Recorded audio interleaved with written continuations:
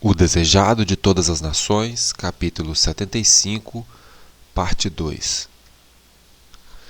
Anás ordenou que Jesus fosse levado então a Caifás. Embora Caifás carecesse de força de caráter, ele era tão impiedoso e inescrupuloso quanto Anás. Era madrugada e estava escuro.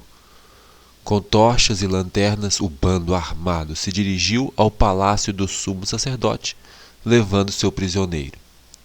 No tribunal, Caifás tomou seu lugar como presidente. De ambos os lados estavam os juízes, que tinham interesse especial naquele julgamento. Aos pés do trono estava Jesus. A agitação era intensa. De toda aquela multidão, somente Jesus estava calmo e sereno. Caifás ele considerava Jesus como um rival, porque o povo estava sempre ansioso para ouvir o Salvador. E Caifás ele gostaria que as pessoas quisessem ouvi-lo. E isso provocava forte ciúme no sumo sacerdote. E agora, ao Caifás olhar para o prisioneiro, ele ficou admirado pelo porte nobre e digno de Jesus. Naquele momento ele sentiu a convicção de que aquele homem era igual a Deus.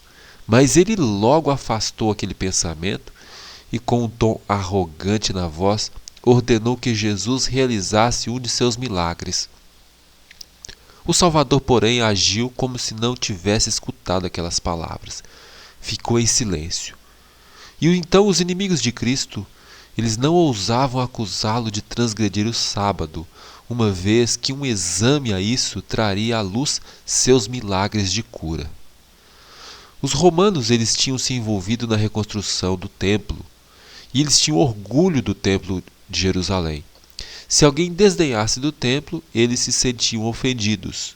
E ali romanos e judeus tinham algo em comum. Eles tinham grande respeito pelo templo.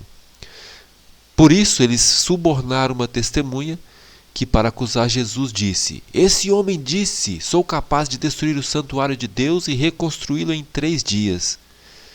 Se aquela testemunha tivesse relatado as palavras de Cristo exatamente como ele as pronunciou, elas não teriam servido para condená-lo nem sequer pelo sinédrio. E mesmo com aquele falso testemunho não foi suficiente. E ao final, os acusadores de Jesus estavam emaranhados, confusos e zangados. Parecia que suas tramas iam fracassar. Caifás estava desesperado. Ele tinha um último recurso: forçar Cristo a condenar a si mesmo. Finalmente, Caifás se dirigiu a Jesus na forma de juramento solene. Ele disse: "Exijo que você jure pelo Deus vivo. Se você é o Cristo, o Filho de Deus, diga-nos." Até ali, Cristo havia ficado em silêncio. Mas agora ele não podia mais ficar em silêncio diante desse apelo. Ele sabia que, se lhe respondesse, era tornar certa a sua morte. Mas aquele apelo veio da mais alta autoridade da nação, em nome do Altíssimo, e ele devia apresentar o seu caráter e a sua missão. Jesus havia dito aos seus discípulos: "Quem me confessar diante dos homens, eu também o confessarei diante do meu Pai que está nos céus." E essa é uma lição para todos nós. Confessar Jesus Cristo é obrigatório. Naquele momento, cada olhar estava focalizado no rosto de Jesus, e ele respondeu: "Tu mesmo o disseste." Naquele momento, uma luz celestial parecia iluminar seu semblante pálido, e ele acrescentou: "Mas eu digo a vocês, chegará o dia em que vereis o Filho do Homem sentado à direita do Poderoso e vindo sobre as nuvens do céu." Por um instante, Caifás estremeceu diante do olhar penetrante do Salvador. Dali em diante, até o fim da sua vida, ele nunca mais poderia esquecer o olhar perscrutador do perseguido Filho de Deus.